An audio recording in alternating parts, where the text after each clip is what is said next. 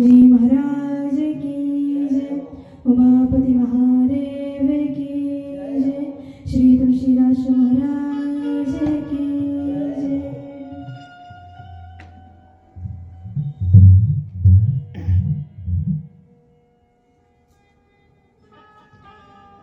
हमारे संत ऐसा कहते हैं कि जब भगवान का कीर्तन लोग करते हैं तो लोग तन्मय होकर के सुनते हैं और सब भूल जाते हैं। भगवान के भजन में इतनी ताकत है, ताकत तो है ही, तभी ना मीरा ने मगमस्त होकर के भजन करती है कि नहीं। मेरे तो गिरधर गोपाल दूसरो ना हुए।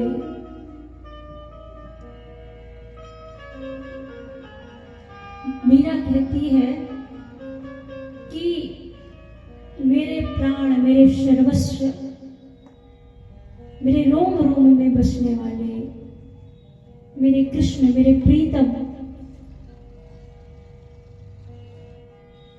जिनको मैं प्राणों से भी अधिक प्रेम करती हूं। आपने देखा होगा हमारे सूरदास जी महाराज कहते हैं कि उन्हें, अब सूरदास तो सूरदास है? लेकिन उनकी मन की जो आंखें हैं वो साक्षात पार ब्रह्म परमात्मा का दर्शन कर चुकी थी। तीसरा उदाहरण देखें, ये कलयुग की ही बात हो रही है। ये सब भक्त कलयुग में ही हुए हैं। मैंने आपको कल भी बताया था। तीसरा उदाहरण हमारे बाबा तुलसीदास जी महाराज,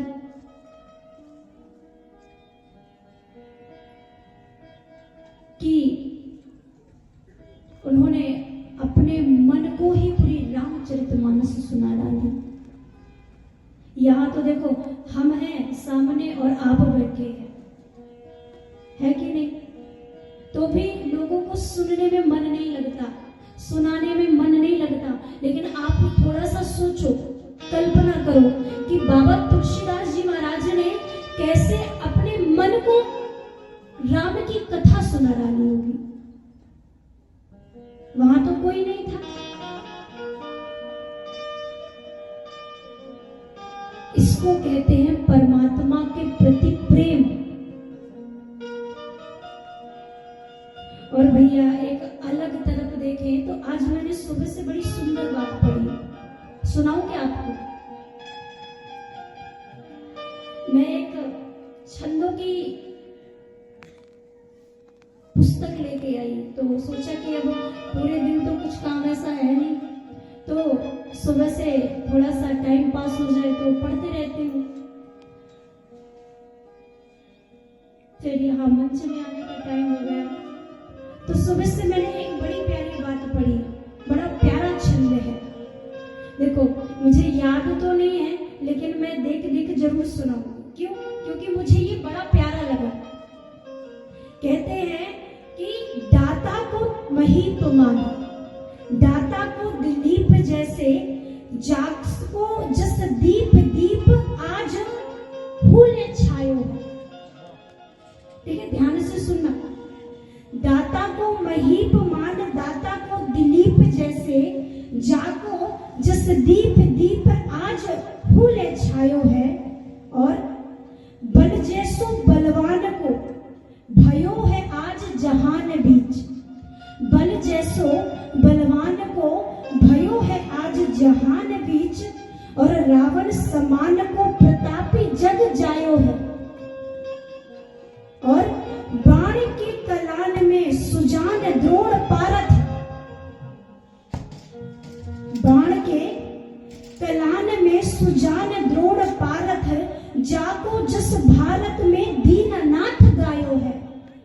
और अंतिम बात बड़ी प्यारी लिखी है कैसे सूर रचे चातुरे विरंच जुने, कि फेर चकचूर सब धूर में मिलायो है, फेर चकचूर सब धूर में मिलायो है।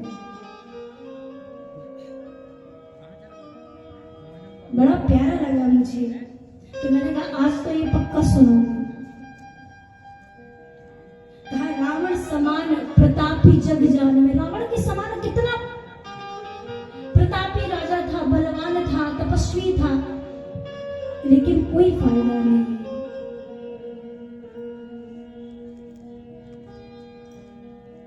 भारत में दीनानाथ गायो है, और कैसे कैसे सूर रचे चातुरे विरंच जूने, फेर चकचूर सब धूर में मिलायो है।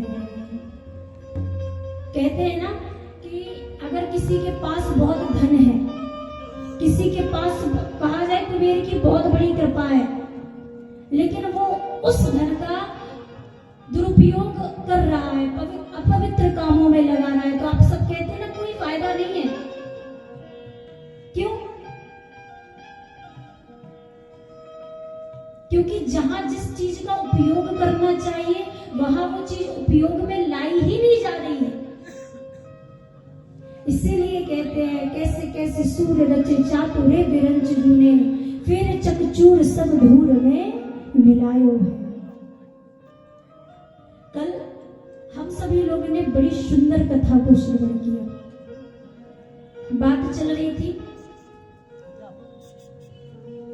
कि हमारे भोले बाबा का विवाह कैसे हुआ, और कैसे हमारी पार्वती मैया ने हजारों तपस्या की, और कल महाराज जी ने भी बड़ा सुंदर सत्संग हुआ। महाराज जी ने बड़ी प्यारी प्यारी बातें बताई।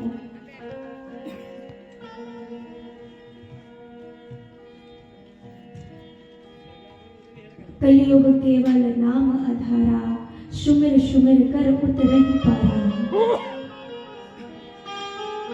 कहने का मतलब है कि इस कलयुग में केवल राम नाम ही एक ऐसा मंत्र है जिसको जप करके हम इस भव सागर से पार हो सकते हैं। अब एक और बड़ा सुंदर प्रसंग आता है। बाबा तुलसीदास जी कहते हैं कि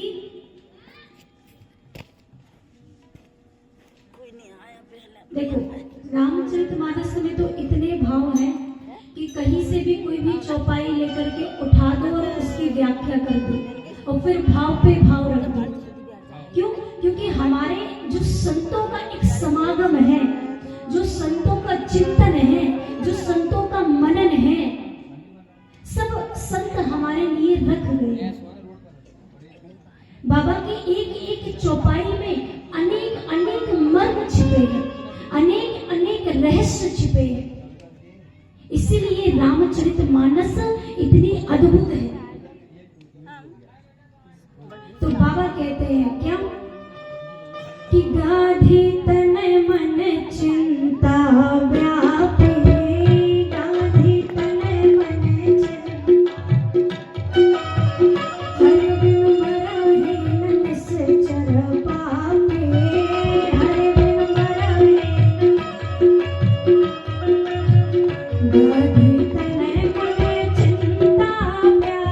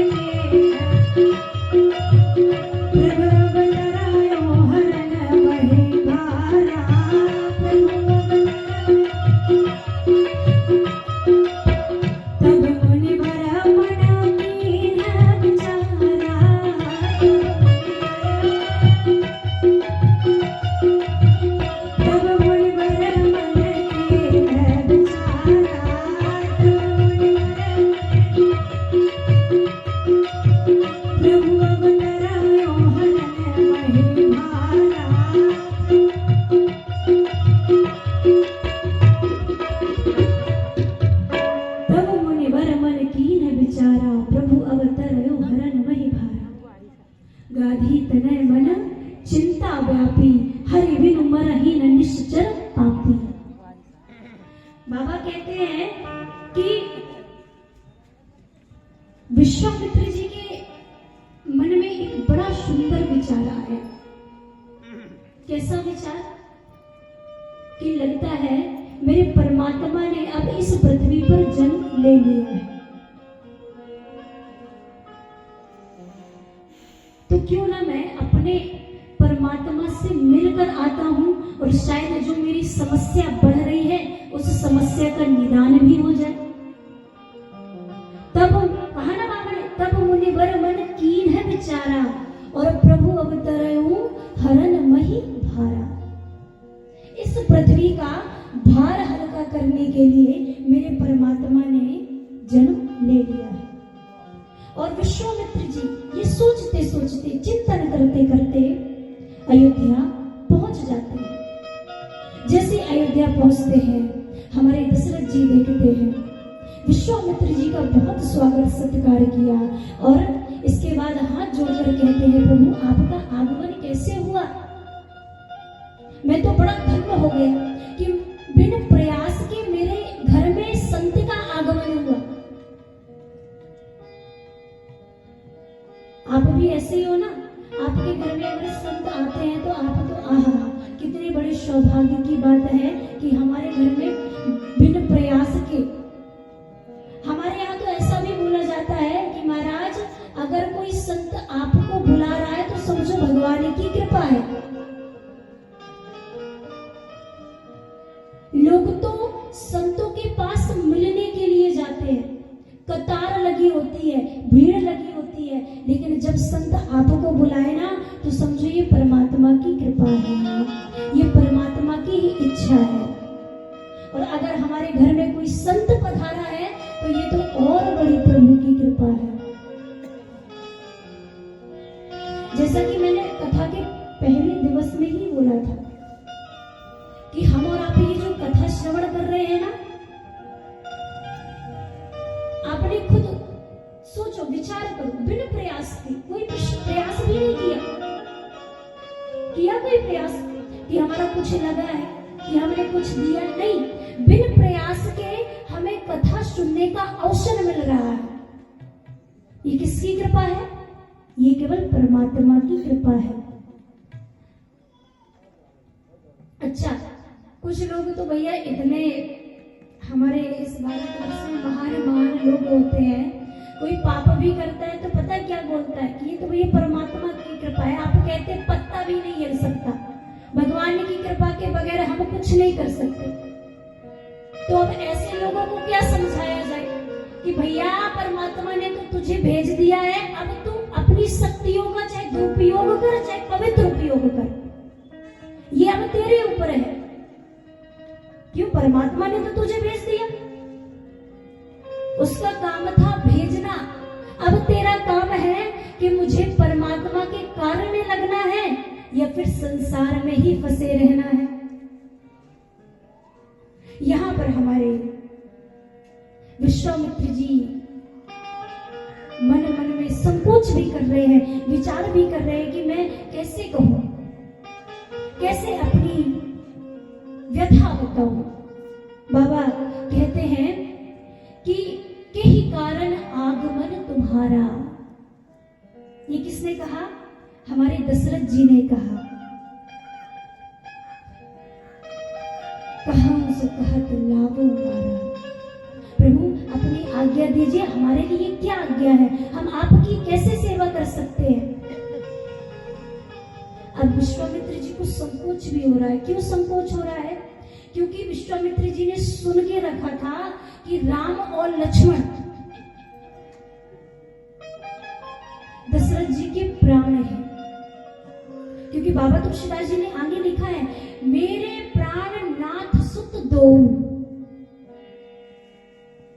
जैसे विश्वामित्र जी ने कहा कि मुझे राम और लक्ष्मण चाहिए, तो दशरथ जी ने कह दिया कि ठीक है आप ले जाओ, लेकिन एक बात याद रखना, मेरे प्राण नाथ सुख दो, ये मेरे प्राण हैं। अच्छा, आपसे कोई कह दे कि आप अपने प्राण निकाल के हमें दे दो, तो क्या दे दोगे? दोगे कि नहीं दोगे? मना कर दोगे ना कि भैया हम अपने प्राण निकाल के कैसे दे देंगे? अगर प्राण निकाल दिए तो हम जीवित ही नहीं रहेंगे। तो वैसे ही हमारे जो दशरथ जी हैं, उनके प्राण कौन है? राम जी हैं। तो कहा कि मैं अपने प्राणों को कैसे दे दूं? लेकिन क्या कहना दशरथ जी का। दशरथ जी ने कहा कोई बात नहीं महाराज, आप संत हैं, संत की आज्ञा का अनादर करना ये हमें सिखाया नहीं गया। तो एक काम कीजिए, आप ले जाइए, आज से आप ही इनके माता पिता हैं। और ऐसा वार्तालाप करते हुए आगे बहुत सत्संग हुआ, वार्तालाप हुई और विश्वामित्र जी राम और लक्ष्मण को अपने आश्रम ले आए। इसके बाद सभी को पता है कि हमारे राम ने, अच्छा आपको पता है किस लिए लेके आए थे? विश्वामित्र जी, क्योंकि विश्वामित्र जी जब भी कोई यज्ञ करते तो उस यज्ञ में विश्वामित्र जी के जब यज्ञ शुरू होता तो कुछ राक्षस आते और यज्ञ को भंग करते। उनका यज्ञ कभी पूरा ही नहीं हो पाता था, परेशान हो गए थे। इस कारण से विश्वामित्र जी राम और लक्ष्मण को लेने के लिए गए। अनेक अनेक कारण हैं, लेकिन एक कारण ये भी है। अब हमारे श्री राम जी ने यहाँ पर तमाम राक्षसों का उद्धार किया। ताड़का सुबाहु जैसे बड़े बड़े राक्षसों का एक बार में ही ताड़का का वध कर दिया। अब इसके बाद धीरे धीरे विश्वामित्र जी ने राम और लक्ष्मण जी को बड़ी बड़ी शक्तियां प्रदान करवाई। एक दिन क्या हुआ कि विश्वामित्र जी के पास एक पत्र आया। उस पत्र में क्या लिखा था कि जनकपुर में, अच्छा एक बात बता दूं, हमें जनकपुर जाने का अवसर प्रदान हुआ था। जनकपुर कहाँ है? नेपाल में। हम जब गए तो हमने उस जगह को भी देखा जहां पर हमारी किशोरी मैया गिरजा पूजन के लिए आई। हमने, हमारा इतना बड़ा सौभाग्य भगवान ने, पता नहीं भगवान की कृपा है, भगवान जिसको जब जहां बुलाना चाहे बुला ले। तो नेपाल में बड़ी सुंदर कथा हुई। वहां देखा, हमें दिखाया गया कि अब तो वहां कुछ नहीं है, लेकिन बताया जाता था, बताया वहां के लोगों ने कि यहाँ पर बहुत बड़ी फुलवारी थी। अच्छा हम वहां भी गए, हलेश्वर महादेव, जहां पर हमारे जनक जी ने हल चलाया था, जहां से हमारी शीतल मैया प्रकट हुई थी। उस जगह का नाम है हलेश्वर महादेव। और हम जनकपुर यानी अपनी किशोरी मैया के मंदिर भी गए। और सबसे बड़ी बात पता है क्या है? किशोरी मैया का मंदिर जो है ना, हमारी पन्ना की जो राजकुमारी है उनने बनवाया था। हम तो भैया गदगद हो गए। क्यों? क्योंकि कहते हैं ना, जिस जिला में आप रहते हो, अगर कोई जिले में आपका कहीं और किसी अलग कंट्री में जाओ तो कोई बोलेगा भैया ये तो आपके भारत देश में यहाँ ऐसा बनवाया गया, तो गर्व होता है कि नहीं होता? तो कहते हैं हमने देखा है वहां। आप कभी पन्ना आए हैं? आए हो कभी आप पन्ना? हमारे यहाँ पन्ना में भगवान कृष्ण का मंदिर है। कहते हैं कि पन्ना के जुगल किशोर हो, मुरलिया में हीरा जड़े। क्योंकि हमारे पन्ना को हीरों की नगरी कहा जाता है, हीरा निकलते हैं। हमारी माताएं गाती भी है क्या? पन्ना के जुगल किशोर हो, मुरलिया में हीरा जड़े।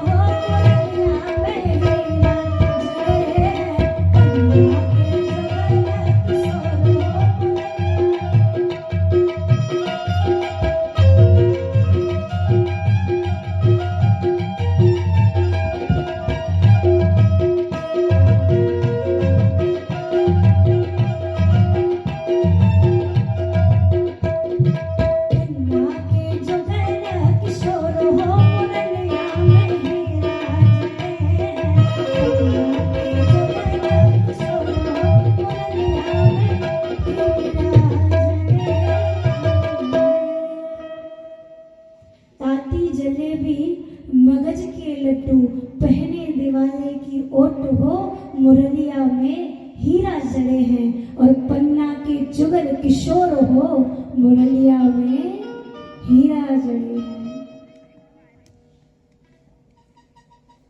आप कभी आना तो देखना, हमारे यहाँ जो वहाँ के आचार्य हैं, हम प्रतिदिन ये भजन होता है, पन्ना के जुगल किशोर हो, मुरलिया में हीरा जड़े है।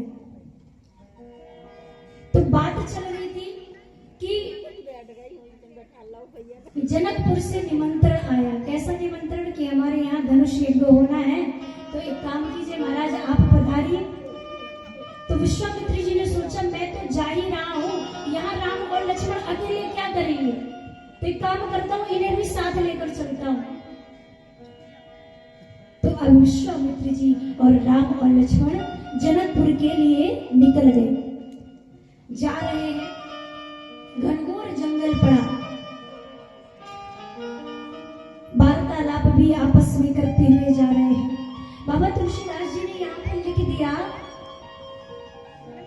कि आश्रम एक दीख मग माही, खग मृग जीव जंतु तह नाही।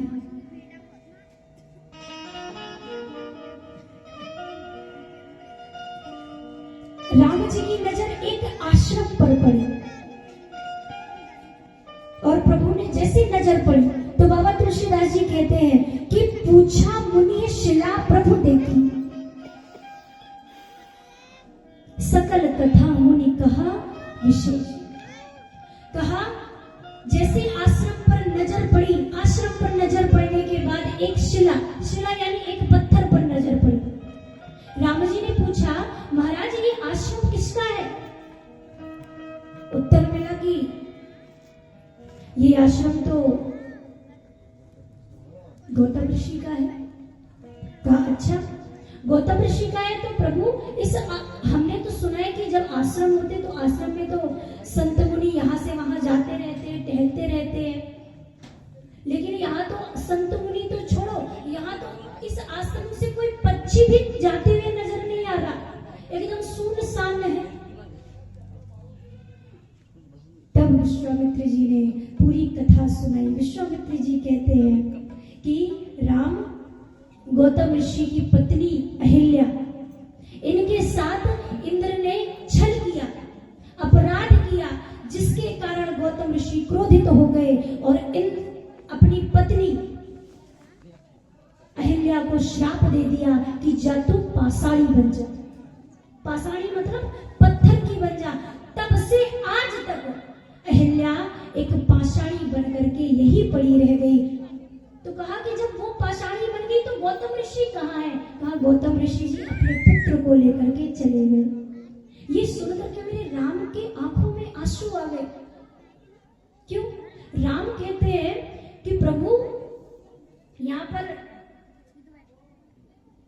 एक बड़ी सुंदर संतों के भाव है।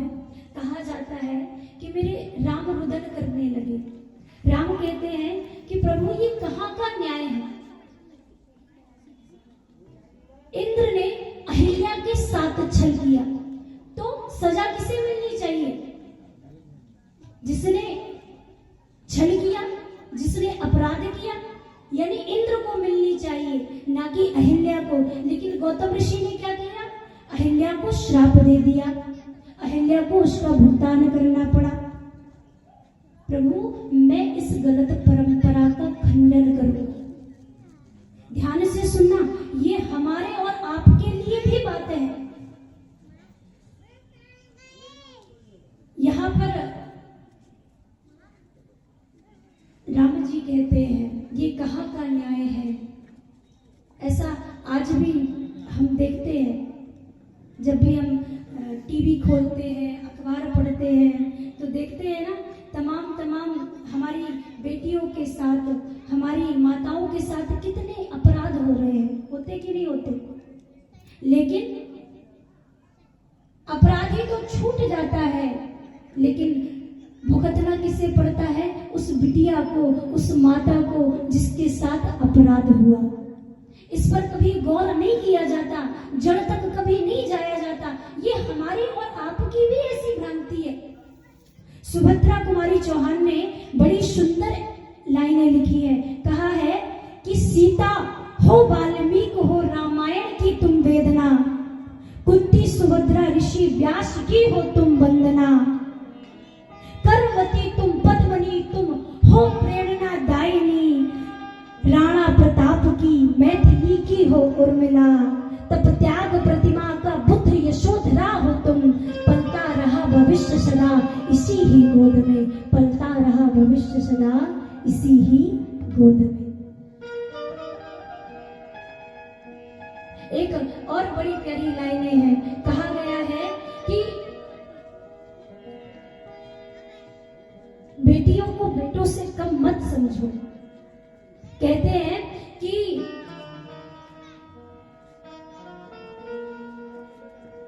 बेटी बाप की पगड़ी का गौरव होती है। बेटों को पढ़ाया जाता है लेकिन पढ़ जाती हैं बेटियां। बेटों को ढकेला जाता है लेकिन माउंट एवरेस्ट की चोटी पर चढ़ जाती हैं बेटियां। बेटे एक कुल का मान रखते हैं लेकिन दो कुलों का मान रख जाती हैं बेटियां। इस पिता की पगड़ी का मान बना करके दिखा देती हैं बेटियां। ये बेटियों के अंदर इतनी सामर्थ्य होती है।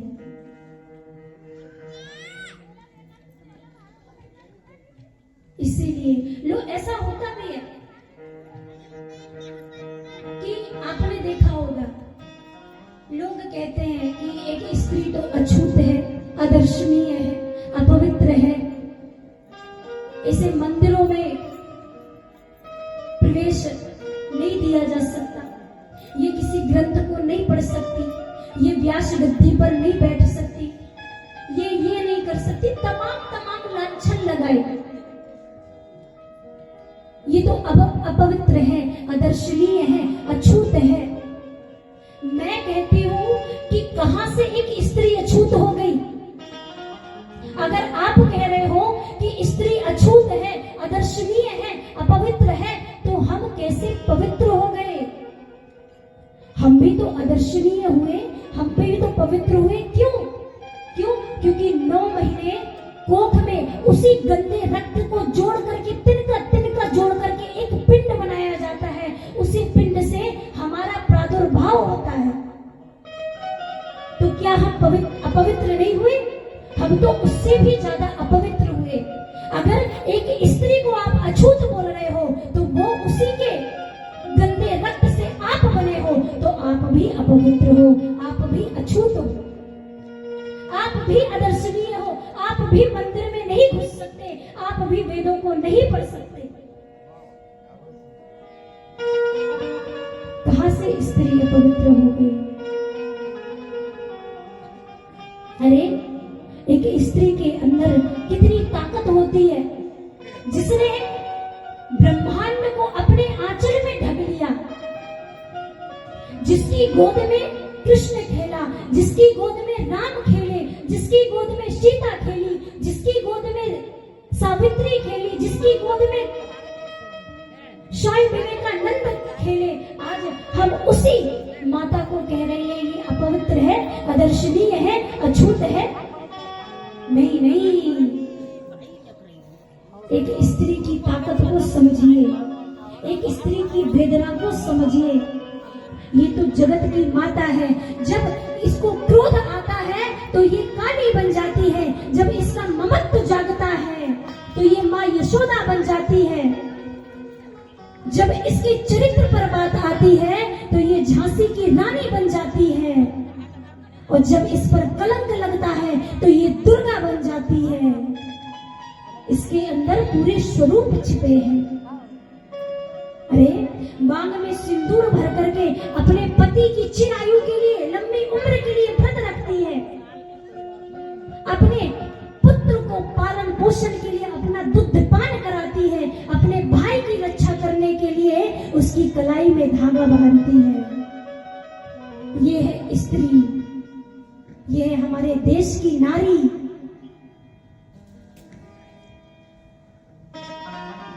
पलता रहा भविष्य भविष्य सदा इनकी ही गोद में, पलता रहा भविष्य सदा इनकी ही गोद में। कहा गया है, आगे भी बड़ी प्यारी लाइनें लिखी गई हैं कि मैं मोहब्बत के खातिर जलाई गई हूँ, मैं दहेजों के खातिर भी जलाई गई हूँ, मैं आवास के खातिर तड़पाई गई हूँ, मैं हर क्षण हर पल सताई गई हूँ, और कभी चटाई बन करके बिछाई गई हूँ, कभी चटाई बन करके बिछाई गई हूँ।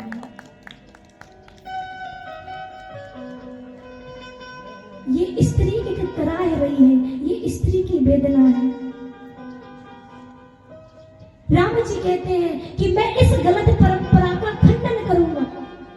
अरे लोग कहते हैं ये तो पैर की जूती है, कहते कि नहीं कहते?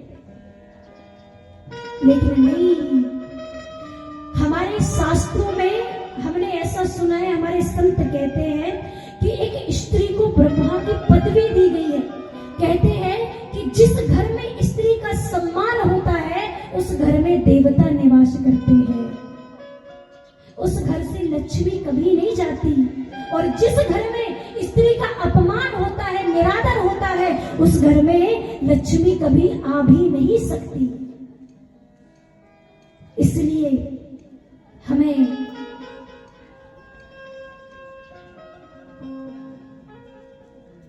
हर एक बेटी, माँ, पत्नी, जितने भी हमारे रिश्ते नाते हैं, सबका सम्मान करना चाहिए।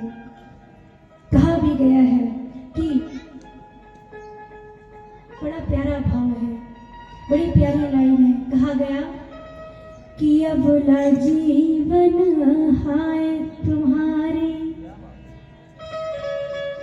यही कहानी आंचल में है,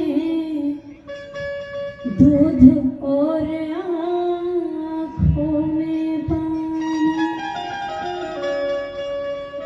कि अबला जीवन हाय तुम्हारी, यही कहानी आंचल में है, दूध और आंखों में पानी। राम जी कहते हैं कि मैं इस गलत परंपरा का खंडन करूंगा, और ऐसा हुआ भी। हमारे प्रभु श्री राम ने अहिल्या का उद्धार किया कि नहीं किया? किया। अच्छा, मैं आपसे एक बात पूछती हूँ, अगर आप खुद सोचो कि अगर अहिल्या अपवित्र होती, अदर्शनीय होती, अगर कोई अहिल्या ने अपराध किया होता, तो क्या परमात्मा उसकी रक्षा करते? कभी नहीं करते। क्यों? क्योंकि परमात्मा कहते जो गलत है तो गलत है।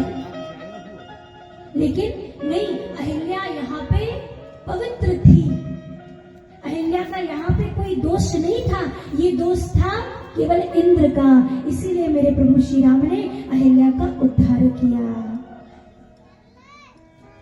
कभी आपने विचार किया ये प्रसंग सुनकर कि अगर अहिल्या, इसमें पता नहीं तमाम लोगों की अजीब अजीब भ्रांतियां हैं, लेकिन मैं इस चीज को नहीं मानती। क्यों?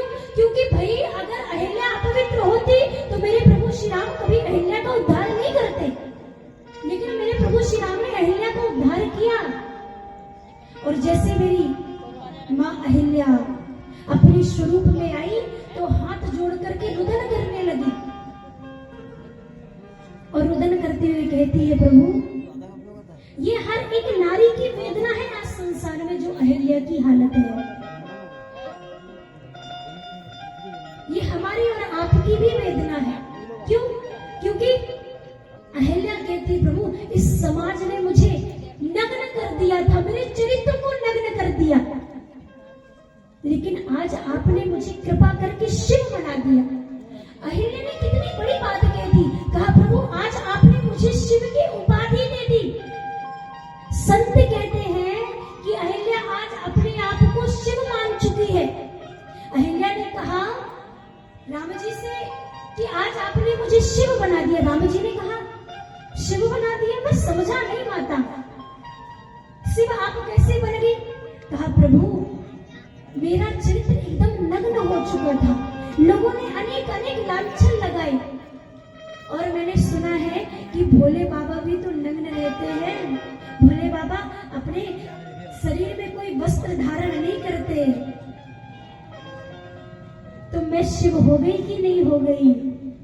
एक भाव ये है। दूसरा भाव ये कहा कि आपने मेरे ऊपर अपने चरणों की गंगा प्रवाहित कर दी। कैसे? मैंने सुना है प्रभु कि शिव की जटाओं से गंगा निकलती है, लेकिन आज मैं आपके चरणों की गंगा स्पर्श करके मैं तो शिव हो गई। राम जी अहिल्या की बातें सुन करके मुस्कुराने लगे। अच्छा, अब यहाँ पर हमारे संतों ने बड़ा सुंदर तर्क दिया। हमारे संत कहते हैं जब अहिल्या का उद्धार किया ना, तो हमारे राम जी ने विश्वामित्र जी से कहा क्या कि प्रभु मैं गंगा स्नान करना चाहता हूँ। तो विश्वामित्र जी ने कहा अच्छा, क्या तुम अहिल्या के स्पर्श से अपवित्र हो गए क्या? राम जी ने कहा नहीं नहीं नहीं नहीं नहीं, बिल्कुल नहीं महाराज, मैं अपवित्र नहीं हुआ। राम जी ने बड़ी सुंदर बात कही। राम जी कहते हैं प्रभु अहिल्या एक संत की पत्नी है और मुझसे अपराध हो गया। कैसा? कि मैंने एक संत की पत्नी के ऊपर चरण स्पर्श कर दिए, तो मैं इन अपने पापों का प्रायश्चित करना चाहता हूं। है कि नहीं? कितना सुंदर भाव। तो कहा मैं गंगा स्नान करना चाहता हूं, इसीलिए मेरे प्रभु गंगा स्नान करने के लिए गए। अब यहाँ पर हमारी अहिल्या भगवान श्री राम की स्तुति करती है और कहती है प्रभु, रुदन कर रही है। क्या कह रही है? कि प्रभु इस संसार में मुझे पता नहीं कितना कितना लांछन लगाया, लेकिन प्रभु आपने समझा। मैं आज समझ गई कि जिसका कोई नहीं होता उसका परमात्मा होता है। ऐसा होता भी है कभी कभार। जो सत्य होते हैं ना, तो कहते हैं ना अगर एकता हो तो एकता में बड़ी ताकत होती है, चाहे वो एकता अधर्म की हो या धर्म की। अगर एक धर्म व्यक्ति है, हजार अधर्मी व्यक्ति है, तो कहीं ना कहीं आज के समय में वो व्यक्ति अपने आप को बड़ा कष्ट प्रदान करता है। क्यों? क्योंकि सोचता है धर्म के लिए कोई खड़ा नहीं हो रहा है। अगर अच्छा आप कुछ सोचो, अगर आपके ऊपर कोई झूठा लांछन लगाए तो आपको गंदा लगता है कि नहीं लगता? बुरा लगता है ना कि भैया हम तो ऐसे हैं नहीं, हमको ऐसा बना दिया गया। लगता बुरा कि नहीं लगता?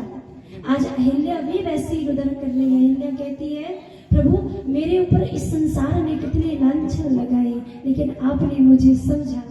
इसलिए कहते हैं ना, मीरा भी यही कहती है मेरे तो गिरधर गोपाल दूसरो ना कोई। इसलिए आप भी काम करते रहो और प्रभु को अपना मनाओ, अपना मानो। कोई नहीं, देखो ये रिश्ते नाते हैं, पुत्र का रिश्ता, बाप का रिश्ता, पिता का रिश्ता, माँ का रिश्ता, बेटी का रिश्ता, ये तो एक संसारिक रिश्ते हैं, इनको चलाना तो पड़ेगा। लेकिन जो हमारा जन्मों जन्मों का संबंध है वो केवल परमात्मा से है, उससे वो रिश्ता कभी छूटने वाला नहीं है। इसीलिए अहिल्या स्तुति करती है। आइए हम और आप भी अहिल्या के साथ अपने मन को टटोलते हुए और परमात्मा से स्तुति करें और यही एक निवेदन करें कि हे प्रभु जैसे अहिल्या का आपने उद्धार किया, हमारा भी उद्धार कीजिए और इस संसार की बुराइयों से हम बचते रहे, ऐसा आशीर्वाद दीजिए। तो आइए सभी लोग, अहिल्या स्तुति करती और अहिल्या कहती है क्या? दिल की हर धड़कन से